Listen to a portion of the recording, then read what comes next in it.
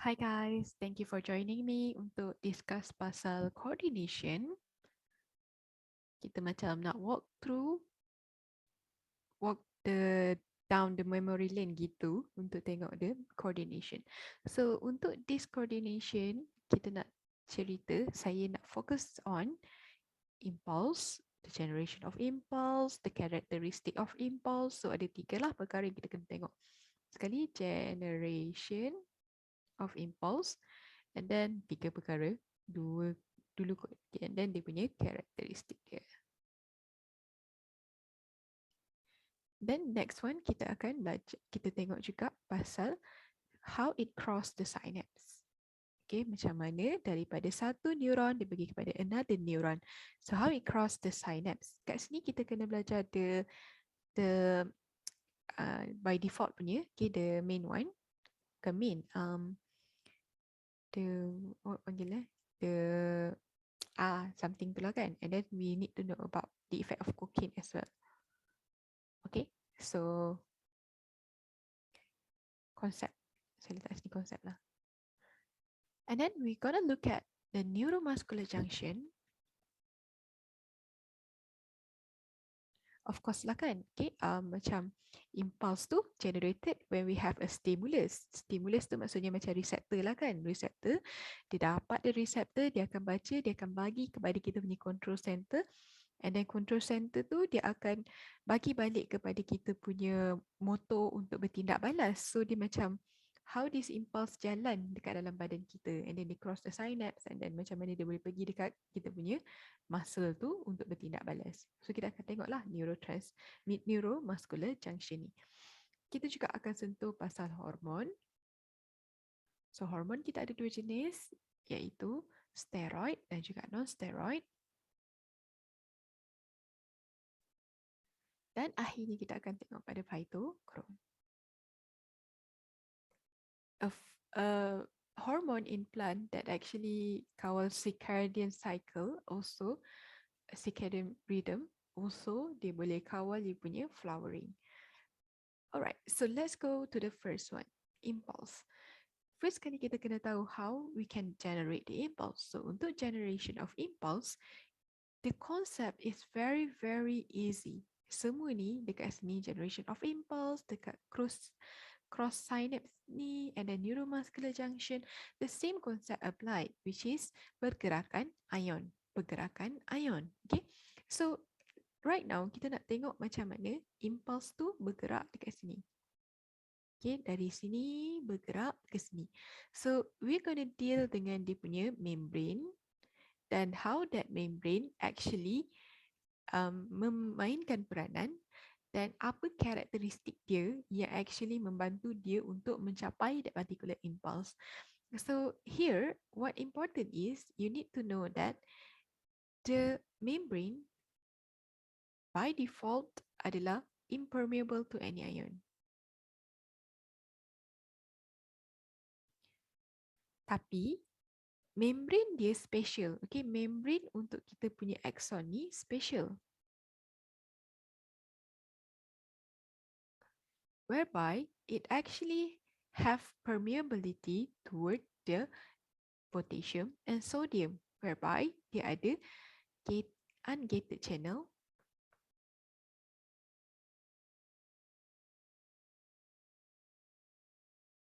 for both potassium and sodium.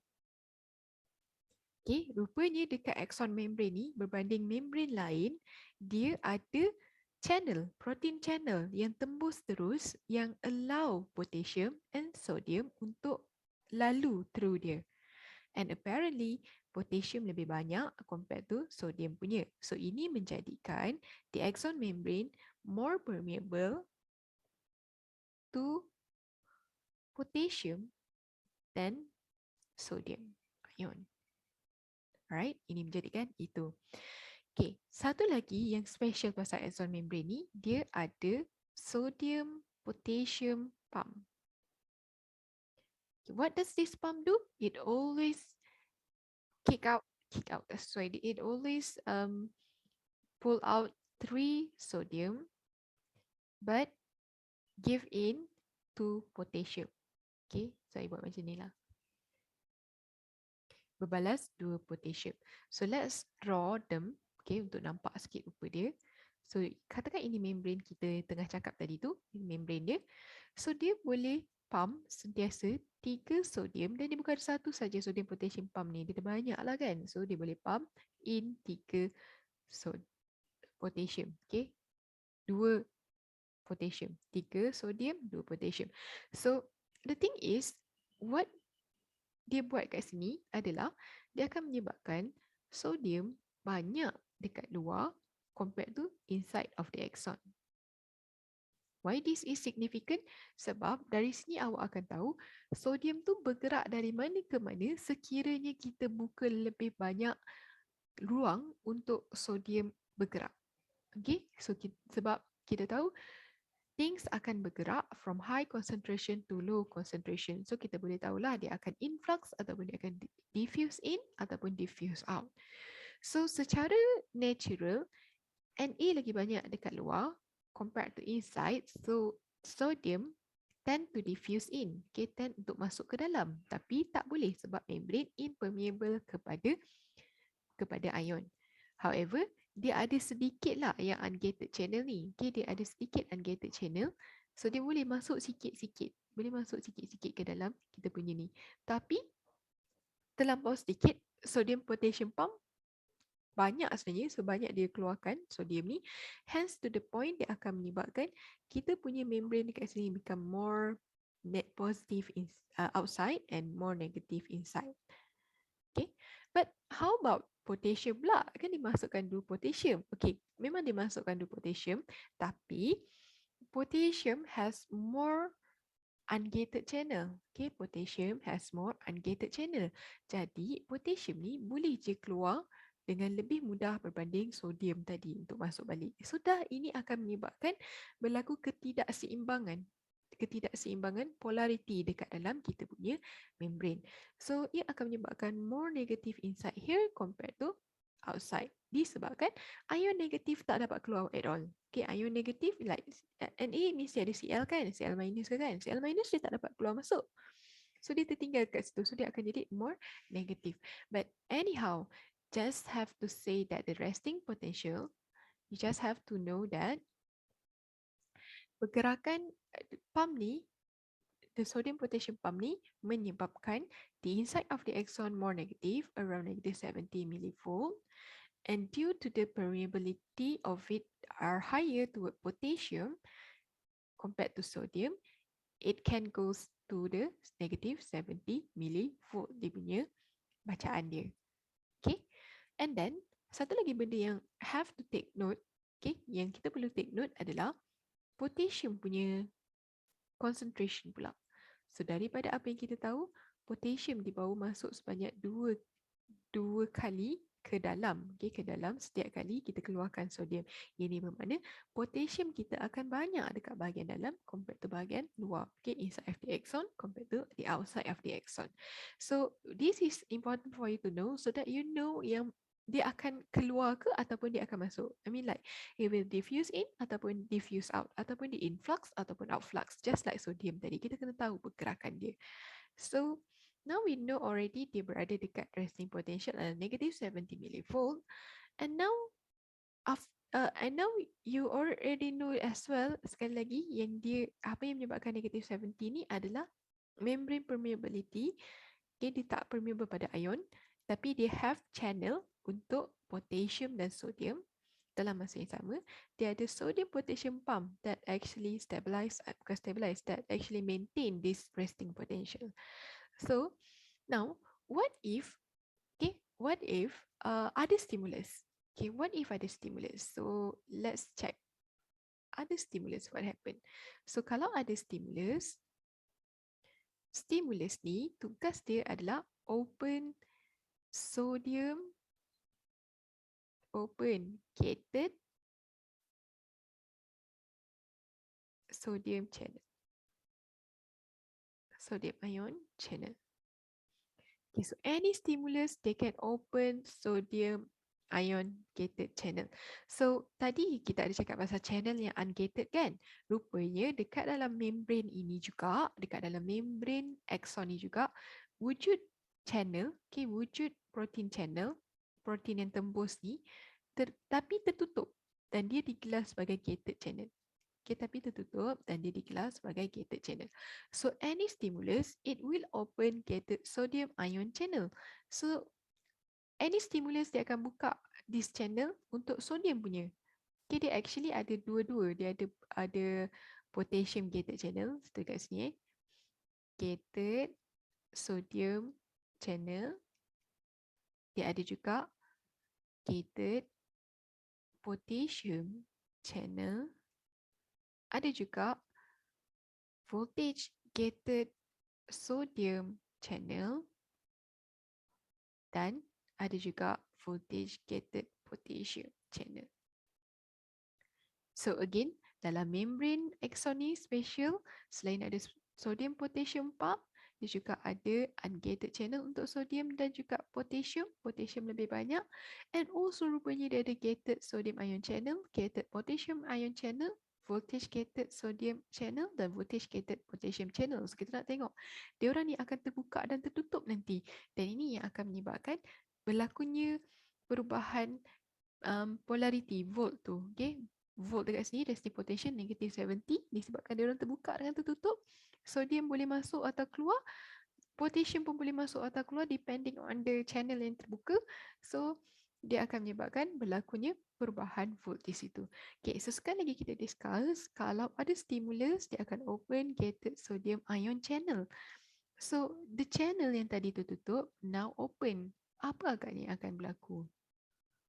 Okay, so lagi banyak pintu terbuka untuk sodium, maka sodium yang banyak dekat luar ni senang untuk masuk ke dalam kita punya axon. So here we can say that when it open, sodium ion diffuse in ataupun influx. So bila sodium ion masuk ke dalam, ini akan menyebabkan more negative ion berada dekat, more positive ion berada dekat dalam. Dan ini akan menyebabkan kita punya bacaan voltage akan meningkat. Dia akan meningkat more positif. Sebab kita actually, yang ni kita tengok dekat bahagian dalam axon ni. Okay, waktu awal-awal dia more negatif kan? Waktu awal-awal dia more negatif. Kenapa more negatif? Sebab sodium banyak dekat atas, potassium dua je yang dia bagi ke bawah, dan lepas tu potassium pun senang je nak gerak keluar balik sebab dia more permeable toward potassium. So banyak positif ion dekat atas ni waktu awal tu dan negatif ion banyak dekat bawah. Now, bila sodium dah boleh masuk pula, it turn the table. Okay, it turns the table whereby dia akan menyebabkan dalam ni akan become more positive. Until more positif dia belum jadi negatif, dia belum jadi positif lagi, dia mungkin sampai like negative 55 millivolt. Okay, nanti dia sampai kat situ dia punya positivity dia berbanding negative 70 tadi, dia akan menyebabkan something else happen, and that something else is known as threshold. That something else, dia apa yang happen tu adalah dia akan buka voltage gated sodium ion channel pula. What does this mean? This means this channel is open and this channel is open as well. It means more laluan for sodium to diffuse in. So more sodium will diffuse in and it will become more and more positive. Okay, so the voltage yang menyebabkan voltage gated sodium ion channel boleh terbuka ini, kita kenal dia sebagai threshold. Okay, in another word, when our depolarization, ini juga boleh dikenali sebagai depolarization, di mana tadi kita yang ni lebih positif, yang ni lebih negatif kan. Lepas tu kita turn the table, yang ni pula jadi more positif, yang ni pula jadi negatif. So kita gelar dia sebagai depolarization. So dalam proses depolarization, sekiranya dia mencapai voltage tertentu yang buka voltage gated sodium ion channel, ini digelar sebagai threshold. Dan when more sodium diffuse in, dia akan reach action potential. Okay, action potential. So impuls kita berjaya lah di-generate kan. Tapi kalau tidak berjaya mencapai threshold, Okay, kalau tak berjaya capai threshold, maka voltage gated sodium channel kita tak akan terbuka, maka tak banyak ruang untuk sodium masuk dan lama-lama dia sodium gated channel ni akan tertutup balik. Okay, dan maka dia akan kembali balik kepada resting potential. Okay, so ini kalau dia tidak berjaya sampai kepada resting potential tu, maka dia akan patah balik kepada dia punya resting potential sebab lama-lama gated sodium channel akan tertutup juga. Right? So ini yang digelar sebagai all or nothing event. Di mana kalau dia tak capai threshold, maka dia akan tak ada impulse. Kalau capai threshold, barulah impulse dapat di-generatekan di mana more sodium influx and it become far more positive. So let's say sini bahagian sini lebih kurang positive 55 millivolt macam tu. Okay, so what happened next is what we call it as repolarization pula. Okay, so tadi kita panggil depolarization. Now kita akan tengok repolarization. So during repolarization, what happened is when it reaches action potential, gated sodium ion channel akan auto tutup, voltage gated sodium channel akan auto tutup. Okay, kenapa dia auto tutup? Sebab gated channel untuk voltage potassium ni yang akan terbuka pula. Okay, so bila dia sampai dekat action potential ni, dia akan open voltage gated potassium ion channel. It also becomes the stimulus to open gated potassium channel. Pendek kata, all gated potassium ion channel open. Okay, so what gonna happen if that occur? So ini bermakna kita punya potassium boleh keluar dengan lagi banyak. Okay, kita punya potassium boleh keluar dengan lagi banyak.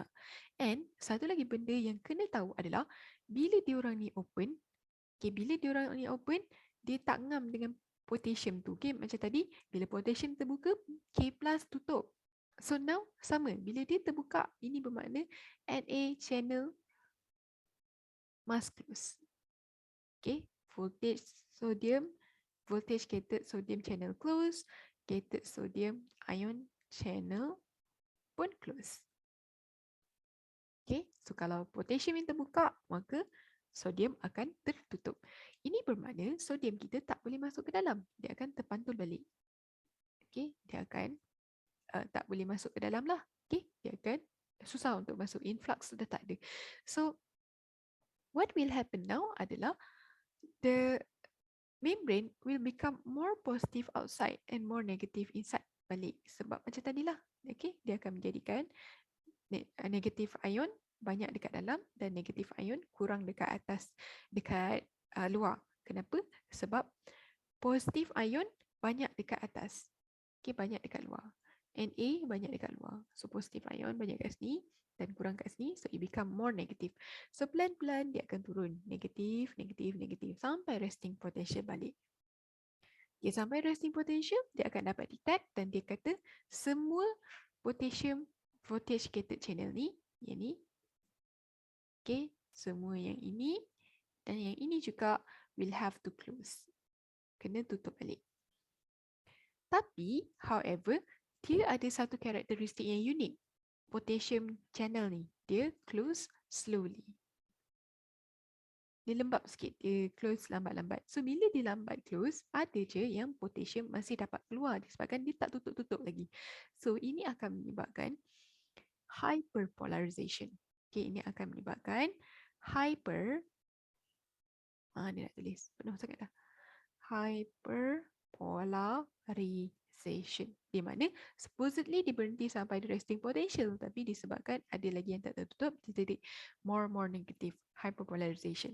Sampailah semua dah tertutup, maka dia akan perlahan-lahan patah balik kepada resting potential, di mana hanya potassium pump yang memainkan peranan dan juga ungated channel yang memainkan peranan. Okay, so sekali lagi apakah yang berlaku dekat sini? So ini kita gelar dia sebagai depolarization. point di mana dia membuka voltage gated sodium channel, kita panggil dia sebagai threshold. Kalau capai, boleh generate action potential. Kalau tak capai threshold, dia tak akan generate the action potential. Falling phase of action potential, kita boleh panggil juga sebagai repolarization. Okay, bila dia ke bawah lebih daripada resting potential tu, kita panggil dia sebagai undershoot ataupun hyperpolarization.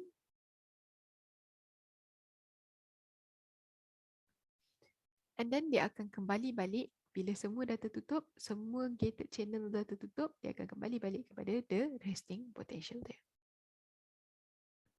Okay, so that's about it untuk this generation of impulse. And then kita kena tengok the characteristic of impulse pula. So characteristic of impulse includes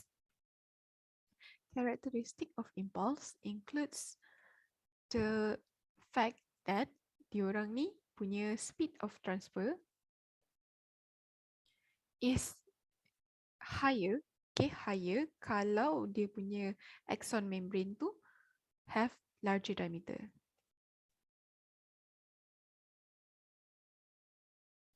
The speed can also be manipulated by kewujudan myelin sheath. Okay, myelin sheath. Myelin sheath ni apa? Myelin sheath ni macam penembat lah. So dia akan menyebabkan, let's say kita ada satu macam ni, kan? Axon yang panjang. So dia duduk kat sini. So impulse tu stimulate dekat sini, and then dia punya stimulation tu boleh sampai ke sini terus. Because kita tutup bahagian ni. So dia macam laju lagi lah. Dia sangat kecil-kecil je, dia tak adalah besar sangat, tapi dia boleh menyebabkan dia bukan tebat terus. Okay, dia just tebat a few gap that makes it boleh melompat-lompat instead of just jalan macam biasa. Okay, satu lagi yang kena belajar pasal the impulse adalah all or nothing event. Di mana kalau dia terima threshold, maka dia akan ada action potential. Tapi kalau tak capai threshold, there will be no action potential. Dan satu lagi adalah pasal the refractory period. Okay, so this refractory period is very important so that you know that this impulse boleh jalan one way saja. So what is refractory period? Sebagaimana kita tahu kita punya action potential tadi, macam ni kan, resting potential, -70, naik, capai threshold, action potential, and then dia akan repolarization, and then dia jadi hyperpolarization, dan baru dia balik pada resting potential kembali. Okay, refractory period ni adalah di mana no action potential can be generated at this moment. Okay, ni pasal saya lah, awak kena tengok dekat nota, dia punya definition yang ayat betul tu. Okay, tapi the key is time refractory period ni, dia action potential tu, which is here, kan, sodium influx banyak-banyak tu, takkan dapat kita capai. Okay, kenapa? So dia ada actually dua. Satu dipanggil sebagai absolute refractory period, dan satu lagi adalah relative. Okay, so the key is rely on what gate already open. The absolute refractory period, time ni semua sodium gated channel dan voltage gated sodium ion channel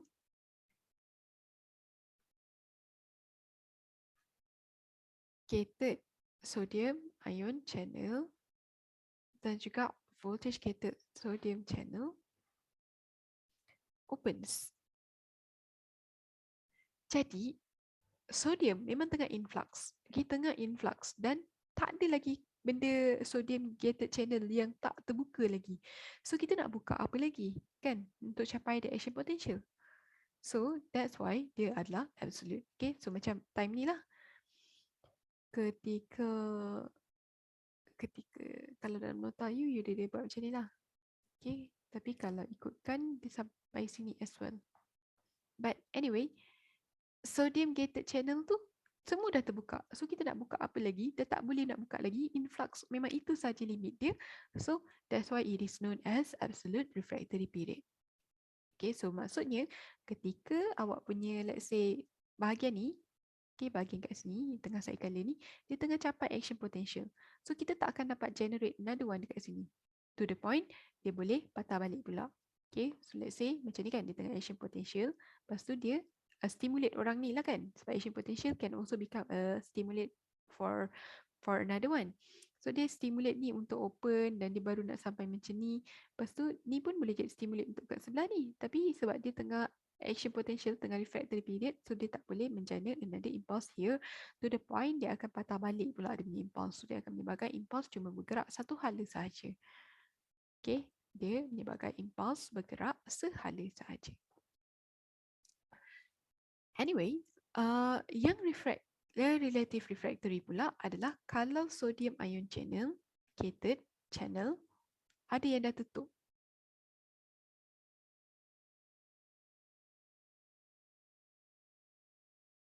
Close. So bila dia close, maka kita boleh buka dia lah kan. So if the impulse is high enough and good enough, high enough to the point dia boleh buka any of this channel, maka bukan any of this channel lah, can open this one channel to the point dia boleh capai kepada voltage gated channel pun terbuka, maka ia akan menjadikan another action potential. Okay. Tapi actually karakteristik dia ada satu benda yang sangat significant, which is kalau potassium ion channel terbuka, gated potassium ion channel terbuka, sodium gate ion confirm akan close saja, dia tak boleh terbuka langsung. So ini bermakna lebih kurang sampai dekat sini, okay, di mana dia dah start tutup ni potassium tu. Okay, sebab dia nak patah balik ke, dia dah slowly close kan. So yang ni semua adalah absolute. Manakala dia start dari sini ke sini, ini adalah relative. Alright. Okay, so sampai situ saja. Sekejap lagi kita akan sambung kepada cross synapse. Thank you guys.